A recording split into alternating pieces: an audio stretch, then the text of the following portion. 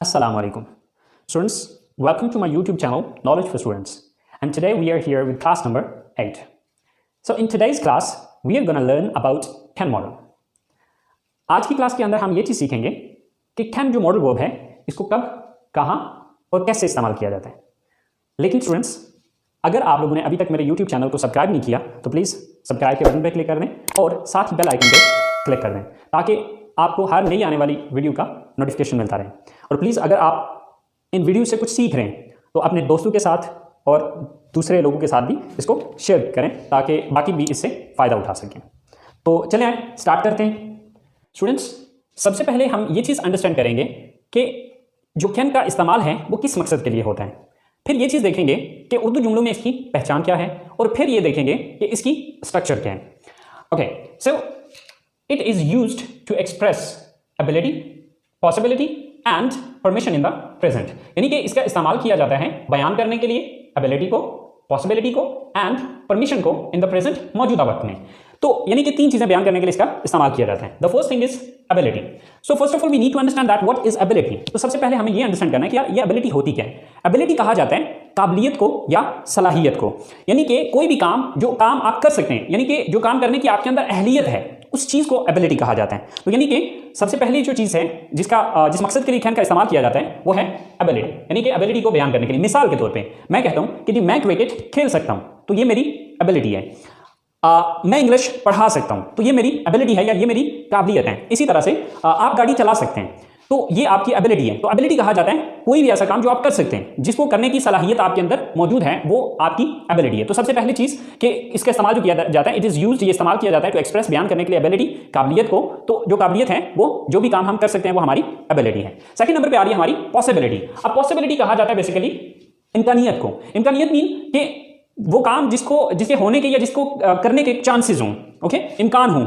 मिसाल के तौर पर मैं ये कहता हूँ कि आज बारिश हो सकती है तो मुमकिन है, इम्कान है कि बारिश हो जाए लेकिन कंफर्म नहीं है. ओके, इसी तरह से हम ये कहते हैं कि आज पाकिस्तान मैच जीत सकता है तो ये पॉसिबिलिटी, इम्कान है कि पाकिस्तान मैच जीत जाए. तो पॉसिबिलिटी कहा जाता है इम्कानियत को. इसी तरह से हमारी जो तीसरी चीज़ है वो है परमिशन. तो परमिशन कहा जाता है इजाज़त को. तो अब इजाज़त कैसे हम लेते हैं या देते हैं. जैसे कि देखें, आप मेरा फ़ोन इस्तेमाल कर सकते हैं तो ये मैं आपको इजाज़त दे रहा हूँ.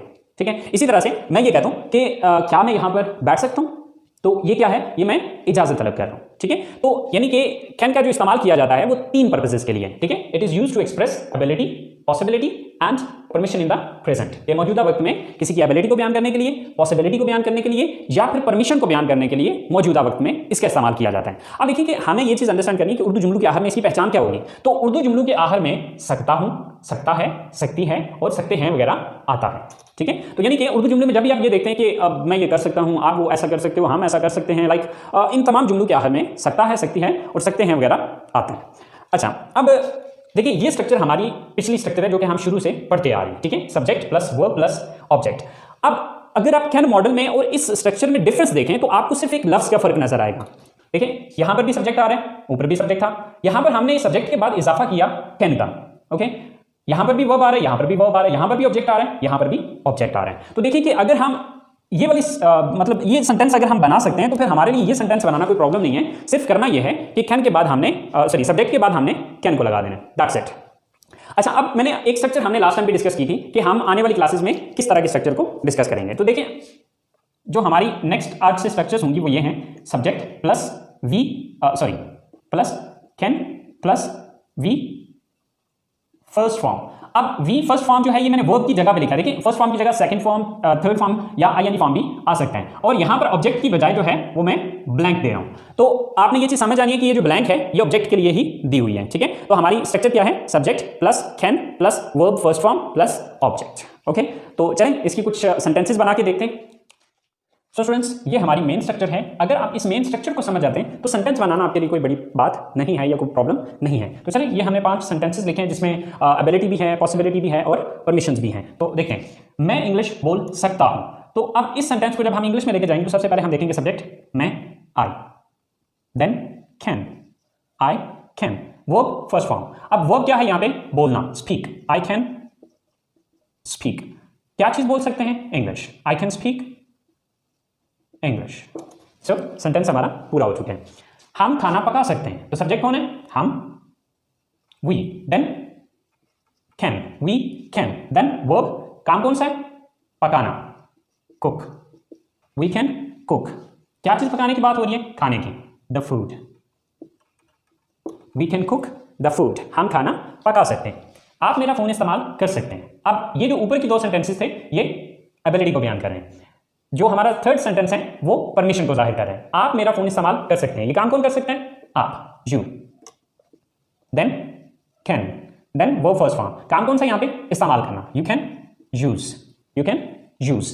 क्या चीज इस्तेमाल करने की बात हो रही है? मेरा phone, my phone, you can use my phone, आप मेरा फोन इस्तेमाल कर सकते हैं।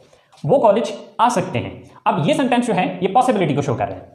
वो कॉलेज आ सकते हैं। अब ये काम कौन कर सकता है? सब्जेक्ट कौन है? They, then verb, sorry can, they can, then verb first form, तो काम कौन सा है? आना, कम, दे कैन कम। कहाँ आने की बात हो रही है? कॉलेज में, so they can come to college, they can come to college, वो कॉलेज आ सकते हैं। वो कपड़े धो सकती है, सब्जेक्ट कौन है? वो, she, then can, she can, verb क्या है? धोना, वॉश, शी कैन वॉश। क्या चीज धोने की बात हो रही है? कपड़े धोने की, she can wash the clothes. So students, बहुत सिंपल है, बहुत इजी है। इसी स्ट्रक्चर को हम यूज करते हुए थाउजेंड्स ऑफ सेंटेंसेस खुद से बना सकते हैं। So just try to understand this structure और इसी स्ट्रक्चर को फॉलो करें और इससे सेंटेंसेस को बनाने की कोशिश करें। तो स्टूडेंट्स, ये हमारे थे पॉजिटिव सेंटेंसेस। तो अब नेक्स्ट हम ये चीज समझते हैं कि नेगेटिव सेंटेंसेस किस तरह से बनाए जाते हैं। स्टूडेंट्स, अगर आपको पॉजिटिव सेंटेंस बनाना आता है then negative sentences are not difficult, because हम लोग कर क्या रहे हैं कि पॉजिटिव सेंटेंस के अंदर हमारी स्ट्रक्चर थी subject plus can plus first form of the verb and then object. लेकिन जब हम इसका नेगेटिव सेंटेंस बनाएंगे तो हमें सिर्फ जरूरत है एक लफ्ज ऐड करने की, और वो लफ्ज कहां पर ऐड होगा? कैन के बाद। और कैन के बाद हम क्या इंक्रीज करेंगे?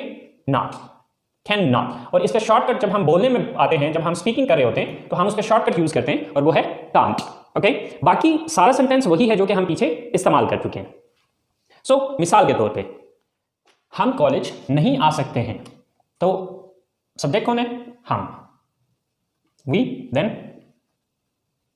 कांट, वी कांट, वर्ब क्या है?